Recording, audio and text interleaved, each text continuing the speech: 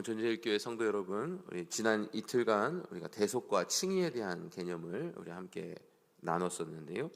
오늘은 칭의가 하나님이 우리를 죄 없다고 인정해 주시는 법정의 판결이라고 한다면, 오늘 나누는 이 양자라고 하는 이 개념은 그 판결을 우리 하나님이 받아들이시고 가족으로 안아주시는 가족의 영접 과정이다라고 우리가 생각해 볼 수 있습니다. 우리가 입양이라고 하는 말 우리가 흔히 쓰곤 하죠. 그래서 부모가 없는 홀로 된 아이들을 대신해서 부모가 되어주는, 그래서 가정의 울타리가 되어주는 과정을 우리는 입양이라고 말합니다. 세계적인 패스트푸드점 웬디스라고 하는 이 햄버거 집이죠. 이 햄버거 집의 창립자였던 데이브 토마스라고 하는 사람, 이 사람은 입양아로 자랐다고 합니다. 그래서 이 토마스가 성공한 다음에 자신의 이야기를 하게 되는데, 자신의 과거의 과정을 생각하면서 1992년에 입양재단 하나를 설립합니다. 그것이 바로 데이브 토마스 입양재단인데요. 위탁 아동들을 이제 영원한 가족을 만나게 하기 위한 그러한 도움을 주기 위해서 이렇게 재단을 설립했다고 합니다. 그러면서 이런 말을 남겼는데요. 가족이 된다는 것은 조건을 갖추는 뒤에 일어나는 일이 아니다. 가족이 됨으로써 삶이 비로소 새로운 시작을 하는 것이다. 이렇게 말했다고 합니다. 복음이 우리에게 주는 메시지도 이와 같습니다.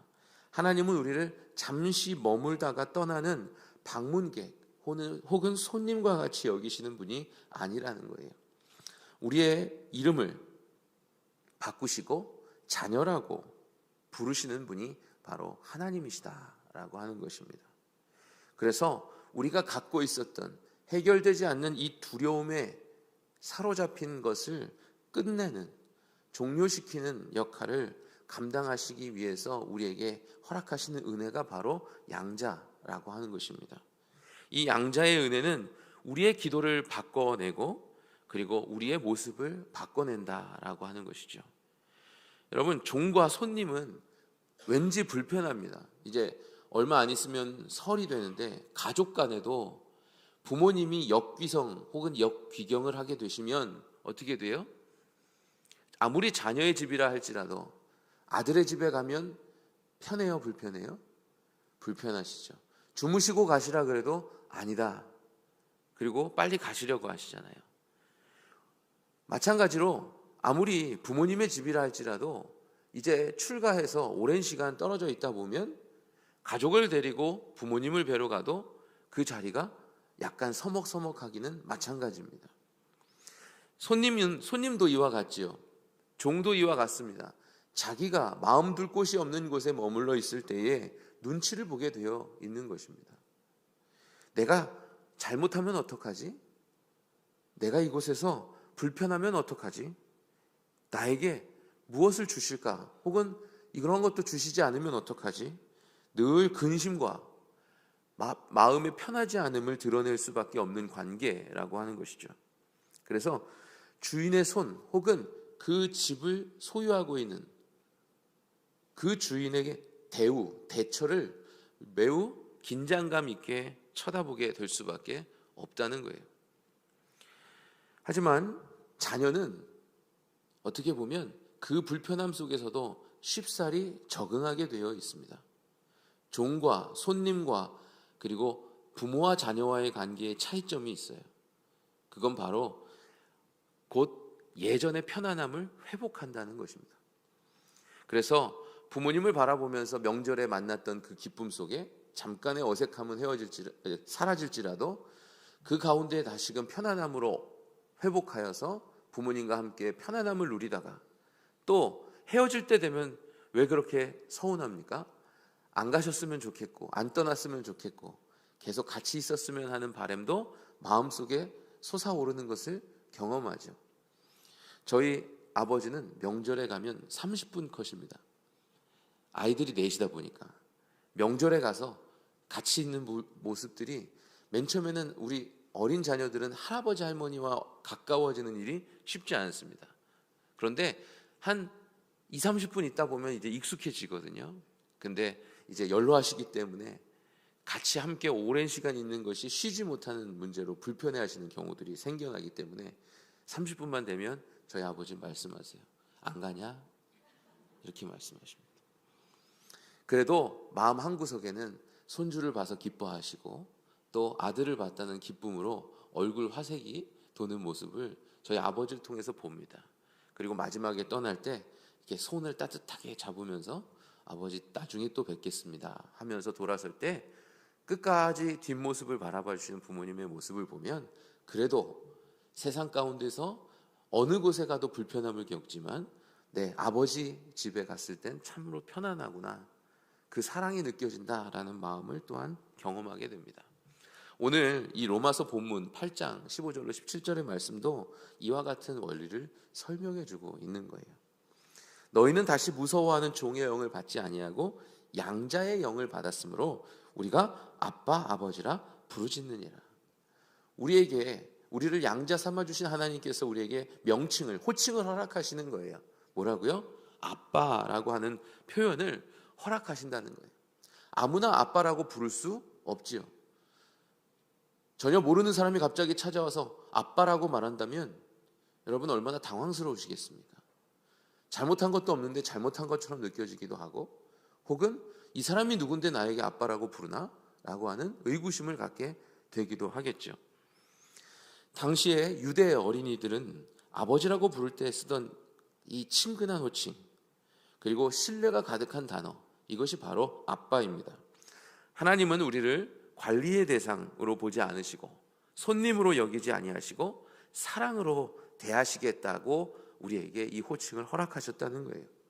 그래서 우리도 동일하게 기도할 때 하나님 아버지, 우리가 하나님을 부를 때 아버지라는 말을 그 안에 함께 부를 수 있게 된다는 것이죠. 하나님 앞에서 내가 벌을 받을까 떨고 계십니까? 하나님께 징계를 받을까 염려하고 계십니까? 양자의 영을 받은 사람은 우리가 두려움이 아니라 친밀함과 내게 주실 그 사랑에 대한 기대와 그 따뜻함에 대해 우리가 마음속에 품으면서 하나님께 힘껏 달려갈 준비를 하는 마음가짐을 품게 하신다는 겁니다. 여러분, 우리 마음 가운데 여전히 하나님을 바라보지만, 하나님의 품으로 달려나오지만 두려움으로 우리 마음이 쉽사리 하나님께 나아가지 못하고 있다면 우리에게 우리의 입술 가운데 아버지라고 하는 그 이름을 허락하심을 기억하면서 내 안에 어색함을 달래고 그 어색함을 지워버리고 하나님 아버지, 아버지라고 부르실 수 있는 여러분 되시기를 바랍니다. 그래서 하나님께 내 마음이 더 친근하게 다가가고 하나님께 더욱 한 걸음 나아가서 하나님과의 교제가 여러분 가운데 주어져 있음을 누리실 수 있는 여러분 되시기를 간절히 소망합니다. 그리고 이 양자라고 하는 말은 우리에게 하나님께서 부르시는 진정한 초대에 응하게 하시는 역사가 있음을 우리가 기억해야 합니다. 입양이 되면 혼자 살던 아이도 아빠 엄마가 생기고 형제가 생깁니다. 그리고 자매가 생기는 거예요. 그러면 가족의 울타리가 생겨서 그 안에서 편안함과 즐거움을 누릴 수 있게 되는 것입니다. 마찬가지로 하나님의 자녀가 된다는 것은 나에게 영적인 가족이 생겨났음을 의미합니다. 그리고 하나님을 중심으로 하는 울타리 안에 내가 거할 수 있게 된다라고 하는 것이죠. 아담과 하와가 선악과를 따먹고 하나님이 아름답게 창조하신 에덴 동산의 울타리 안에서 쫓겨나고, 그리고 그 가운데 불검으로 그 문을 막아서 다시금 들어오지 못하도록 막았던 모습을 우린 창세기에서 보죠. 그러나 양자라고 하는 것은 가로막고 더 이상 들어오도록 방해하는 것이 아니라, 허락하지 않는 모습이 아니라 들어오라고 초대하시고 그 울타리 안에서 거할 수 있도록 허락하시는 것입니다. 에베소서 2장 19절 말씀에 그러므로 이제부터 너희는 외인도 아니요 손님이 아니라는 말이죠. 나그네도 아니요 오직 성도들과 동일한 시민이요 하나님의 권속이라 이렇게 말씀하셨습니다. 권속이라고 하는 말은 가족이라는 뜻을 의미합니다. 교회는 취미를 공유하거나 동호회나 지식을 배우는 공간이 아니라 바로 이러한 친밀감을 공유하는, 너도 하나님의 자녀고 나도 하나님의 자녀니 우리는 무엇이다? 가족이다라고 하는 이 친밀감을 공유하는 것이 교회입니다. 그래서 같이 교회 안에서 밥도 먹는 것이고요. 그리고 하나님 아버지 앞에 함께 모여 예배하는 것이고요. 그리고 함께 우리 하나님 아버지 그 베푸신 크신 사랑을 기억하고 기념하며 전도도 하는 것이고요. 그리고 함께 교제하기에 힘쓰면서 내가 받은 은혜를 당신에게도 선물하고 또 당신이 받은 은혜를 내가 듣고 사모하기도 하는 것입니다. 우리 감리교 전통에서의 이 속회라고 하는 것은 바로 이러한 은혜를 나누는 가족 공동체입니다. 여러분 속회로 잘 모이고 계시죠? 그 속회 안에서 누리실 수 있게 되길 바랍니다. 속회가 불편한 시간입니까? 속회가 어려운 시간입니까? 쉽사리 들어가지 못하는 공간입니까? 왜 그런 마음을 갖게 되죠? 그것은 인간적인 생각이 그 안에 작동하기 때문에 그렇습니다. 양자의 영을 받은 우리에게 모이는 공동체는 가족과도 같은 것이기에 오히려 편안함을 갖고 누려야 될 줄로 믿습니다. 혹은 아직 이 개념을 익숙치 않아서 그 속회라고 하는 공동체 안에 들어가는 것을 어렵게 하고 또 교회에 나와서 마음이 불편하여 여전히 손님과 같은 액션을 취하는 분들이 있다면 가족임을 알려주시는 저와 여러분이 되기를 간절히 소망합니다. 가족은 함께 먹고 함께 울고 그리고 함께 책임지는 것을 말하는 것입니다. 여러분 요즘에 식당에 가보면 벽 보고 밥 먹는 공간이 많이 있죠. 혼밥이라고 말합니다. 혼자 밥 먹다 보면 사람들과 눈 마주치는 것조차도 밥을 체하게 만드는 불편함을 준다는 거예요. 여러분 교회에서 밥을 먹다 보면 누구랑 앉아서 밥을 먹을까를 고민할 때가 있습니다. 여러분은 어떠십니까? 혼자 앉아서 식사하시는 분에게 다가가십니까? 아니면 나는 여전히 빈자리를 찾아서 혼자 편하게 밥 먹고 다시금 집으로 가야지 라는 마음을 먹으십니까? 우리는 가족 공동체라 그랬잖아요. 양자기 때문에, 양자의 은혜를 받았기 때문에 우리는 함께 해야 될 줄로 믿습니다. 누가 예배에 와서 서먹서먹해하고 힘들어하는 모습이 있다면 다가갈 수 있는 공동체가 되어져야 된다는 거예요. 이러한 말씀을 드리는 이유는 우리가 하나님으로부터 받은 그 양자의 은혜, 큰 은혜가 우리에게 있기 때문에 그것을 우리가 부인할 수 있다 없다? 없다라고 하는 거예요. 그렇다고 한다면 드러낼 수밖에 없는 것이고 드러내는 것이 당연한 것이며 드러내 마땅한 것이라는 것이죠.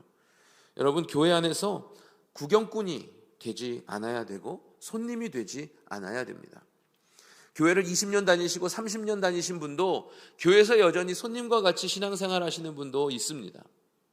그렇다면 그분을 왜 그렇게 만들었을까? 여전히 상속자, 이 양자라고 하는 말에 특권을 받아들이지 못했기 때문에 그렇습니다.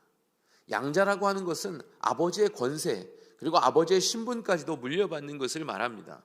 하나님께서 우리에게 양자의 영을 허락하셨다라고 하는 것은 하나님 아버지께서 이 세상의 통치자 되시고 섭리자 되시며 제한이 없으시고 능력이 많으신 하나님께서 이 세상의 모든 것을 우리에게 허락하셨다라고 하는 것을 이야기합니다. 그렇다면 우리 모두에게 양자의 영을 허락하셨다라고 하는 건 모든 것이 공유가 가능하다는 것이죠. 그리고 모든 것이 허락되었다는 것입니다. 그렇다면 어느 누구에게도 허락된 것이고 어느 누구에게도 나눌 수 있다는 말을 하는 것입니다. 지금 당장 우리가 하나님 아버지의 자녀라고 하는 이름 혹은 그리스도인이라고 하는 이름을 물려받았다라고 한다면 우리는 아버지의 권위를 사용하는 사람입니다. 아버지의 권위는 누군가를 배제하고 누군가에게 제한하는 권한이 아닙니다. 허용하고 도와주고 그리고 베풀어주는 것이 바로 그 권한이라고 하는 것이죠. 동시에 자녀의 가장 큰 특징은 시간이 가면 갈수록 이 아버지의 모습을 닮아간다는 것에 있습니다. 한때 저희 집에 저희 아버지 지인분께서 전화를 하셨는데 제가 전화를 받았더니 저희 아버지인 줄 아셨어요. 그리고 다음날 전화해서 저희 형이 받았는데 저희 아버지인 줄 아시는 거예요. 참 신기하지 않습니까? 점점 살아가다 보고 자라다 보니까 아버지의 목소리를 똑같이 억양까지도 닮아가는 거예요. 제가 부산에 가서 부목사를 할 때 제 목소리에 경상도 사투리가 들어가 있었다는 걸 처음 알았어요. 경상도 분들이 제 목소리를 들으니까 아버지 고향이 어디냐고 물어보시는 거예요. 저희 아버지는 경북 예천 분이십니다. 그런데 저는 서울에서 태어났거든요. 근데 가만히 듣다 보니까 경상도 어투가 제 목소리에 들어가 있다는 거예요. 여러분, 우리가 양자의 영을 받고 하나님의 자녀로 오래 살아가다 보면 하나님을 닮아가게 되어 있는 줄로 믿습니다. 그렇다면 우리가 이 양자로서 하나님 아버지의 권위를 온전히 사용하는 모습도 닮아내야 되겠죠. 로마서 8장 17절에 자녀이면 또한 상속자, 곧 하나님의 상속자요 그리스도와 함께한 상속자니 우리가 그와 함께 영광을 받기 위하여 고난도 함께 받아야 할 것이니라. 아멘. 이렇게 말씀하셨습니다. 우리는 함께 유업을 이을 자로서 예수 그리스도와 함께 형제가 되었습니다. 그렇게 우리는 아버지의 성품을 배우고 또한 닮아가야 될 줄로 믿습니다.